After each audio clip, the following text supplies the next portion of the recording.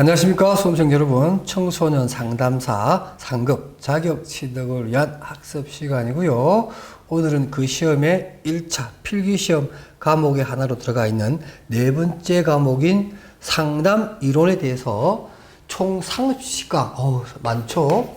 상담 이론에 관련된 1강부터 총 30강으로 준비된 강의를 그 첫 번째 1강부터 시작하는 수업입니다. 이 자격증 자체가 청소년 상담이니까, 제가, 이 네 번째 과목을 좀 집필하면서 원고를 정리하면서 고민이 있었어요. 뭐냐면, 제목은 청소년 상담 아니고요. 상담 이론이라서 사실은 얘기해야 될 게 굉장히 많아요. 그런데 우리가 지금, 시험 자격증 이름도 청소년 상담사고 또 상담에 있어서 앞에 청소년이라고 붙어 있기 때문에 상담의 개념이든 상담의 단계든 상담의 특질이든 이런 것들을 청소년 상담에 좀 특화된 것만 내는 게 좋을까 그렇게 고민했는데 기출문제를 보면 또 상담의 일반 이론에서 많이 쓰이는 내용들이 훨씬 더 많이 출제가 돼요. 그러니까 청소년 상담이라고 하는 것은 아주 극히 일부분에 해당된다라고 보고서 출제가 되고 있는 것 같아요. 그래서 제가 1강에서는 그냥 청소년 상담에 대한 개념만 좀 밝히고 있고요. 뒤에 가서 청소년 상담의 실제 부분에 가서는 아무래도 시험과 관련된 부분이 조금 많이 언급되니까 일반 상담 이론에 쓰이는 여러 가지 상담의 일단은 개념, 의의 이런 것도 후반부에는 설명할 거고요. 그 다음에 상담의 목적 이런 것도 있겠죠. 그 다음에 또 상담에 뭐가 있어요? 기법도 있을 것이고 또 상담의 절차나 단계 이런 항목 하나하나도 보면 학자들마다 굉장히 많은 내용들을 내놓았기 때문에 시험과 관련해서는 공부할 게 좀 많죠. 단계, 절차 이런 것도 있고 또 상담의 유형이라고 하는 것도 있습니다. 가장 간단한 이유로서 개인 상담이냐, 집단 상담이냐, 또는 온라인 상담이냐, 면대면 상담이냐, 그죠? 이런 것들도 유형에 대한 내용도 또 공부를 해야 될 것이고 또 상담자의 윤리, 상담자의 자질 이런 것들을 쭉 설명하게 되면 상담 이론을 공부해야 되는데 이 부분이 너무 앞부분이 많이 가 있으면 볼륨이 너무 커지더라고요, 책 자체가. 그리고 여러분들도 굉장히 부담스럽고, 딱 보는 순간. 그리고 또 다행스럽게 청소년 상담사를 공부하시는 분들은 이런 부분에 대한 부분이 이미 예비적으로 많이 학습이 되어 있는 부분이기 때문에 제 책의 교재는 청소년 상담과 관련된 부분을 먼저 설명을 하고 또 시험과 관련해서 좀 나올 수 있는 내용들은 청소년 상담의 실제 부분에 가서 이러한 상담, 일반 상담에 대한 의의, 목적, 기법, 단계, 유형 등등의 이러한 내용을 설명하도록 그렇게 배치가 되어 있다. 미리 말씀드리고 1강 강의를 하도록 하겠습니다. 청소년 상담의 의의입니다. 청소년 상담이나 성인 상담이나 상담이라고 하는 것 자체는 매우 구조화된 관계이며 비밀스러운 관계이며 목적 지향적이며 문제 해결적 관계인 것만은 사실입니다. 그러나 대상이 청소년이라고 하는 것이 바로 큰 이유가 되어서 어떤 상담의 특질적인 것, 특징적인 것, 유의사항 이런 내용들이 성인 상담과는 조금 달리 우리가 생각해야 된다. 이렇게 설명할 수가 있겠습니다. 그래서 청소년 상담은 성인 상담과 달리 일반적으로 내담자의 특성이 다르기 때문에 내담자와 상담자의 관계 문제와 상담 관계의 질의 문제, 그 다음에 상담의 과정이나 절차, 또 상담의 기능, 목적, 전반적인 접근 방법이 달라야 된다. 이렇게 정의할 수 있고, 특히 청소년의 경우에는 자아가 형성되는 시기이며 매우 복잡다기한 감정선이 살아있는 그리고 감수성이 예민한 그러한 시기이며 또 자아 정체감의 확립이라고 하는 그러한 발달적 과업을 안고 있는 시기이기 때문에 그 상담의 접근법이 성인 상담의 접근법과는 뭔가 달라야 된다 하는 얘기를 상담에 의해서 밝혀 드립니다. 그리고 이러한 청소년의 상담은 조금 전에 말한 그러한 내용을 이유로 해서 좀 더 특화되고 독자적이면서 전문적으로 구분된 상담 방법을 택해야 된다는 얘기도 함께 얘기할 수가 있고요. 또 청소년 상담과 반드시 얘기할 때는 청소년 상담의 경우에는 면대면 상담에 어려움이 있고 또 시대적인 어떤 그런 상황이기도 하고 흐름이기도 한데요. 청소년의 경우에는 뭐 사이버 상담이나 컴퓨터 상담 또는 뭐 스마트폰 웹을 통한 상담 뭐 이런 것들이 훨씬 더 친숙하죠. 기성세대들보다 훨씬 더 우리가 보통 뭐 이러한 그 N세대, 네트워크 세대라 그러잖아요. 그죠? 이런 네트워크 세대에 살았던 청소년의 경우에는 면대면이나 전통적인 그러한 상담 방법보다는 상담자와 내담자의 관계를 맺는 어떤 시스템 측면에서 온라인이 굉장히 강하다. 그래서 청소년의 상담을 얘기할 때는 항상 이런 전화 상담, 인터넷 상담, 온라인 상담에 관련된 부분을 특히 더 많이 공부를 해야 된다는 얘기도 함께 말씀드립니다. 좀 정리를 한번 해보도록 합시다.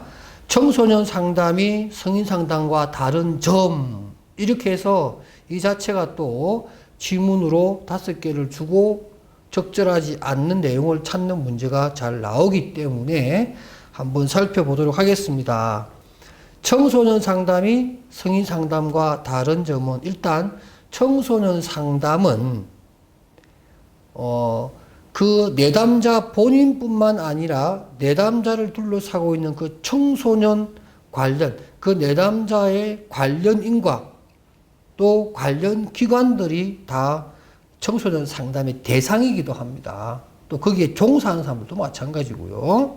그래서 청소년 관련인이라고 하는 것은 대표적으로 부모가 될 것이고 또 학교를 다니는 학교 내 학생이라면 교사가 될 것이고 또 청소년 지도사가 될 것이고 또는 학교 밖이라면 거기에 대한 어떤 사회적인 어떤 책임을 가지고 있는 보호자나 친권자나 연대 보호정인 이런 분들도 다 청소년 관련인이라고 할 수 있습니다.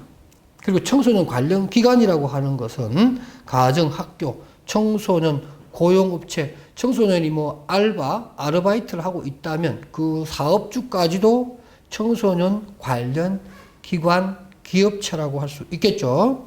그리고 청소년 수용기관, 복지관, 청소년 봉사기관 등등이 다 청소년 관련 기관이며 상담의 대상이 됩니다.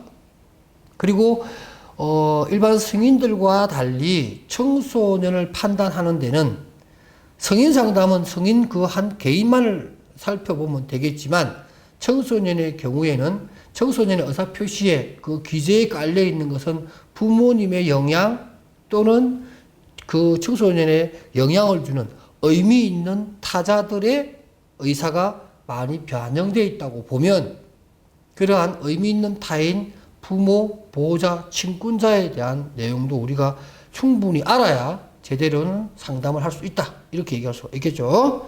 그 다음에 둘째, 청소년의 상담 목표는 일반적으로 심리 치료적인, 치료 임상적인 상담이라기보다는 주로 발달과 성장을 돕는 일반적으로 지원해주는 그리고 교육적인 차원에서의 상담일 가능성이 많고 또 실질적으로 그렇습니다. 물론 뭐 상담 내용에 보게 되면 성에 관한 문제라든가 정서에 관한 문제라든가 여러 가지 부적응 행동에 대한 문제도 호소 문제로 등장을 합니다만은 그것은 아주 특별한 경우이고 대부분 우리가 일선에 나가서 상담을 하는 경우에는 청소년의 경우에는 대부분의 자기 정체성의 문제, 또래와의 관계의 문제, 성 문제, 학업 문제, 진학 문제, 진로 문제 이런 것들이죠.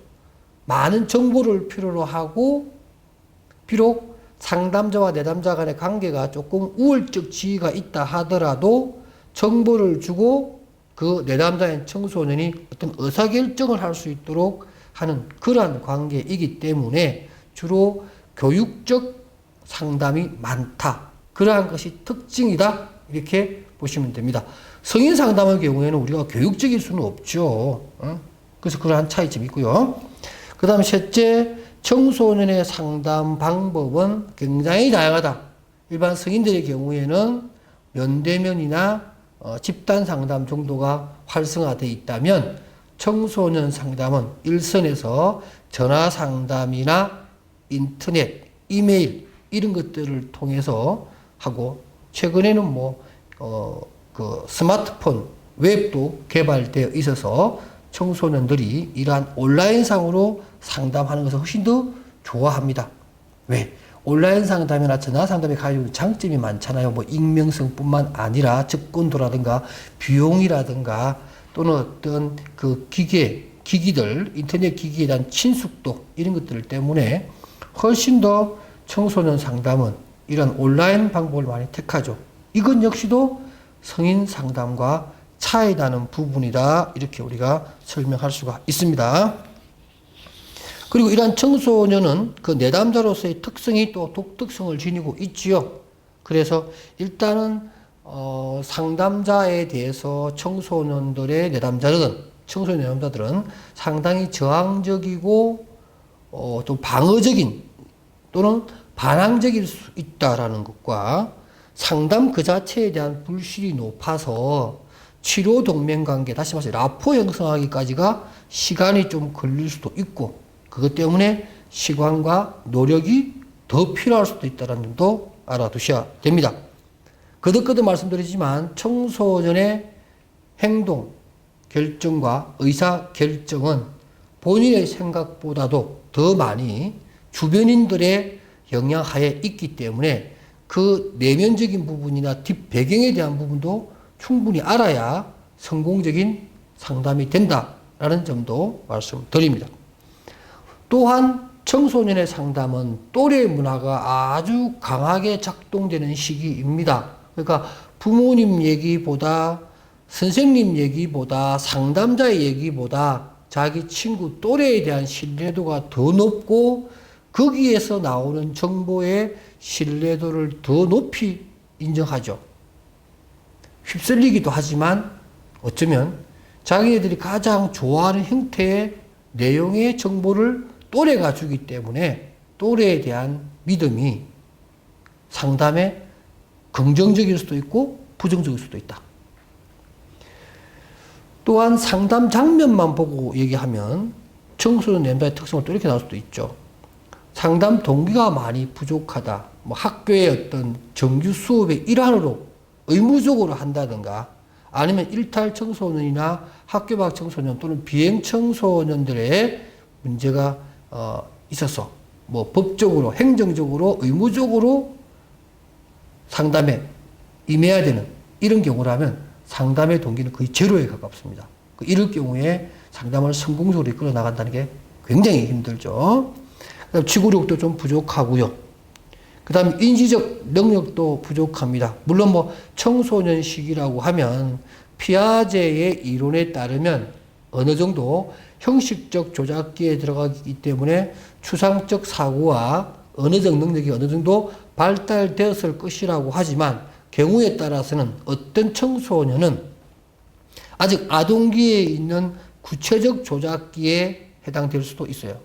그래서 여러 가지 상담을 진행함에 있어서 의사결정하는 데 어려움이 있거나 또는 반드시 이러한 상담은 변화와 성장을 해야 되는데 그러려면 어떤 통찰력이나 정보를 조합해서 분석해서 그게 걸맞는 적합한 의사결정이라고 하는 사고 과정을 거쳐야 되는데 어떤 청소년 내담자는 그러한 것이 힘들 수가 있다는 거예요. 그렇죠? 그러니까 그런 인지적 능력의 부족을 또 상담자가 어느 정도 메꿔줘야 되는 이런 특징도 있고요. 동시다발적인 관심을 가진다거나 말을 하고 싶어도 언어 표현력이 부족해서 제대로 말을 못한다거나 이런 것들은 청소년 상담을 할 때 상담 장면에서 상담자가 당황하게 되는 전혀 예상치 못했던 하나의 변인으로서의 상담자, 상담 관계에서 뭐 검사를 할 때의 내용이든 상담할 때 있었던 내담자 변인으로 작동을 하게 됩니다. 그러나 저러나 그런 걸 다 극복을 해서 우리는 그럼에도 불구하고 청소년을 상담해야 합니다. 의뢰가 되고 또 우리가 해야 된다면은 역시나 마찬가지로 이 청소년 상담은 일반 상담과 마찬가지로 상담의 목적이나 상담의 기능 이런 부분도 우리가 반드시 언급을 해야겠죠. 그래서 청소년의 상담 목표를 한번 정리해 봅시다. 일단은 문제 해결적이고 청소년 내담자의 특징인 성장과 발달을 지원하며 그런 큰 부분은 아니지만 부적응 상황에 대한 예방이나 부적응 상황에 대한 치료적인 내용을 목적으로 삼게 될 것이며 상담은 우리가 보통 말하는 컨설팅의 개념이 아니에요. 멘토가 아닙니다. 코칭이 아니에요. 상담은 그야말로 카운셀링입니다. 지원해주고 정보를 제공해주고 그러나 의사결정을 하고 선택을 하고 거기에 대한 책임까지 다 누가 지나요? 내담자가 집니다. 그러니까 내담자 스스로 자기 문제를 풀 수 있도록 도와줌으로 해서 결과적으로는 사고, 감정, 행동, 인지적, 정서적 이러한 바람직하지 못한 것을 바람직한 것으로 변화시키는 것이 상담의 목표입니다. 자아 정체감 확립을 하고 자아 강도를 좀 더 굳건히 하고 자기 개념을 형성해 나가는 그러한 목적을 가져야 되며 또 구체적이고 실무적으로는 예를 들어 청소년 진로 캠프와 같은 이러한 상담을 해야 된다면은 흥미나 적성이나 이런 것들을 발견하도록 잘 설계가 돼야겠죠. 또 집단 형식으로 이루어진다면 대인관계 기술을 향상시킨다거나 또는 집단 내에 의사결정 기술을 훈련시키고 향상시키는 이러한 내용들이 청소년 상담의 목표가 되어야 할 것입니다. 지오로지와 크리스티안이라고 하는 두 분의 학자가 청소년 상담의 목표는 이러하여야 한다라고 또 당신들의 책에 언급해 놓은 내용이 있는데 시사하는 바가 있어서 제가 또 한번 제 책에다가 수록을 해 봤습니다. 이 두 분은 말하기를 청소년 상담의 목표는 일단 행동 변화를 촉진시켜야 한다. 그러니까 상담이라고 하는 것은 청소년 상담이든 일반 상담이든 상담은 뭐예요? 내담자의 변화와 성장을 도모하는 것인데 이 상담이란 글씨 자체가 서로 상자에 말씀원의 불화자 그래서 제가 한번 설명했을 거예요. 서로 말로써 뜨거워지는데 불이 두 개라. 이런 상담자와 내담자가 함께 뜨거워집니다. 어떤 방향으로? 변화와 성장의 불꽃을 확 튀기는 아주 구조화된 관계로서의 결과가 나오겠죠. 그래서 지오로지와 크리스티안이라고 한 두 분은 행동의 변화를 촉진시키고 그러려면 사고나 감정 이러한 것들이 기본적으로 깔끔하게 건전하게 치유되어야 한다. 이런 얘기를 합니다. 그리고 적응 기술의 정진으로서 일반적으로 자아 정체감이나 자존감을 확립하는 것이 청소년 상담의 목표가 되어야 된다. 그 다음에 의사결정 능력을 키워주는 것. 그리고 일반 상담에서 이런 말도 많이 씁니다. 인지적 명확성. 여러분 들어보셨나요? 인지적 명확성이라고 합니다. 인지적 명확성을 갖추도록 해라. 이런 얘기를 합니다. 이것도 매우 중요한 개념입니다. 인지적 명확성이라고 하는 것은 내담자가 또는 청소년이 어떤 자신의 장단점을 잘 파악을 하고 자기가 처한 환경에 맞는 그런 의사결정을 할 수 있는 커먼센스, 상식적인 어떤 인지 능력을 우리는 인지적 명확성이라고 합니다. 진압력, 어떤 자기의 어떤 방향성을 잘 알고 있고요. 자기가 현재 처해져 있는 위치를 잘 알고 있고, 어떤 것을 선택을 해야 되고, 어떤 것을 포기해야 되는지, 어떤 것에 대한 가능성이 있는지, 이런 것들을 좀 더 논리적인 측면에서 생각할 수 있는 힘. 그게 인지적 명확성이고 하위 개념으로는 우리가 진압력, 오리엔테이션을 얘기합니다. 그 다음에 인간관계를 개선하고 내담자의 잠재력을 개발하고 그 다음에 긍정적 자아관념을 형성하고 특히 청소년의 경우는 뭐예요? 도덕성 발달에서도 언급하지만 청소년의 경우에는 건전한 가치관을 형성하게 하는 겁니다. 가치관 형성은 우리가 우리나라에도 교육 지표 내지는 우리가 해마다 교육 관련 당국에서는 우리나라의 교육 지표 이런 것을 발표하잖아요. 늘 빠지지 않는 게 바로 청소년에 관련된 교육 지표에 뭐가 있어요? 건전한 가치관을 확립시켜서 건전한 사회 구성원으로 될 수 있도록 학습, 교과 내용을 편성하게끔 되어 있어요. 바로 이러한 내용들이 지오로지와 크리스티안이라고 하는 두 분의 청소년 상담의 목표 안에 녹아들어 있다. 이렇게 여러분들이 이해하시면 되겠습니다. 이 시간 마지막으로 청소년 상담의 필요성입니다. 물론 필요성이라고 하는 것 자체는 이 청소년 상담의 목표하고도 관련이 있고 또 청소년 상담은 어떤 기능을 하느냐 하는 것과도 관련이 있습니다. 청소년 상담이 필요하다. 자, 일단 청소년 단계는 아직까지 완성된 인격체로서의 완벽성을 기하기는 좀 힘듭니다. 매우 혼란스럽고 일단 자아 정체감 자체가 완벽하게 구축이 안 돼 있기 때문에 심리적으로 매우 혼란기가 될 수가 있죠. 그래서 이것을 상담자가 도와주는 그것이 반드시 필요하기 때문에 청소년 상담은 꼭 기질적인 이상이나 부적응이나 학교 생활에 문제가 있거나 대인관계에 문제가 있거나 그런 문제 있는 학생들만이 이 대상은 아니라는 거죠. 평범한 보통의 정상의 생활을 하고 있는 청소년까지도 어쩌면 반드시 거쳐야 하는 내용이라고 보고요. 그래서 보통 우리가 학교에는 상시적으로 상담 교사가 상주하는 거죠. 그 다음 급격한 신체 변화와 또 상충된 역할 기대가 매우 혼란스럽게 합니다. 성적인 부분, 육체적인 부분 이런 것들이 거의 성인하고 똑같이 발달돼 버립니다. 그러나 정신 수준이나 인지, 도덕성 발달은 못 따라가죠.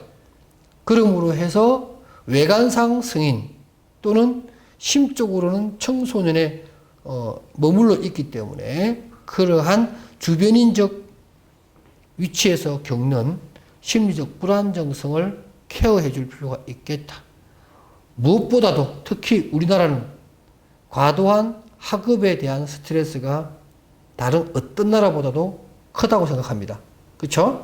그런 여러분이나 저도 그런 시기를 지나왔고요. 정말 죽을 만큼 힘들었던 시기. 그게 가장 큰 이유는 학업이죠. 청소년의 경우는 아주 무한 경쟁 시대에 살아왔던 그런 상황이고 또 지금의 청소년도 그런 상황을 살고 있어요. 그러니 그 엄청난 스트레스는 말도 못하죠. 그러한 것들이 가만히 방치하게 되면 우리가 극단적 선택이라든가 이런 정말로 슬픈 결과가 야기되는 거죠. 그러니까 청소년 상담의 필요성이란 이런 부분에서도 당연히 있고 청소년 상담에 대해서 국가가 많은 비용을 지불합니다. 사회적 비용을 지불합니다.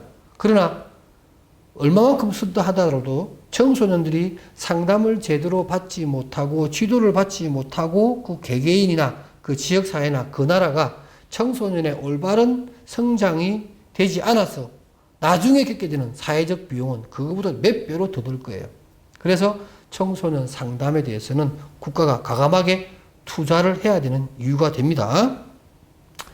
그 다음에 충동적, 행동적 가능성이 늘 상주하기 때문에 상담이라고 하는 나름대로의 고급스러운 접근이 필요하다라고 하는 것이고, 그 다음 또 우리의 경우에는 서구화, 산업화, 정보화라고 하는 이러한 시대적인 변화, 사회적인 변화, 사회 공간적인 변화, 이런 것들이 급격하게 일어나고 특히 매스미디어 또는 온라인 세계의 어떤 등장, 이런 것들이 청소년들에게 많은 영향을 미칩니다. 그게 긍정적이든 부정적이든 다양한 각도로 다양한 내용으로 영향을 미치기 때문에 청소년의 어떤 의사결정이나 발달이라고 하는 내용에 있어서 스스로 모든 것을 판단하고 스스로 결정하기에는 굉장히 힘들고 정보 부족이 있거나 또는 거꾸로 정보가 너무 많아서 오히려 결정을 할 수 없는 그런 시대가 지금 시대입니다. 그러니 이런 시대에 청소년 상담이라고 하는 것은 얼마나 중요한 시간인가. 상담자도 알아야겠지만 청소년도 당연히 알아야 될 내용이라고 봅니다. 제가 1강을 이렇게 어쩌면은 뭐 대학에서 강의하는 아카데믹한 식의 강의를 했지만 사실 이게 객관식 시험에는 아주 깔끔하게 정리된 문장으로 출제가 되면 상당히 어렵게 답을 찾는 그런 문제가 됩니다. 그러니까 제가 했던 게 책뿐만 아니라 제가 지금 강의 시간에 제가 언급했던 제가 말로 썼던 내용들도 하나하나가 문제화되니까 여러분들 한 번 더 뭐 되돌려 보기를 하면서 한두 번 정도 복습해 주기를 원합니다. 자, 이렇게 해서 상담 이론 첫 번째 시간을 모두 마치도록 하겠습니다. 여러분 수고하셨습니다.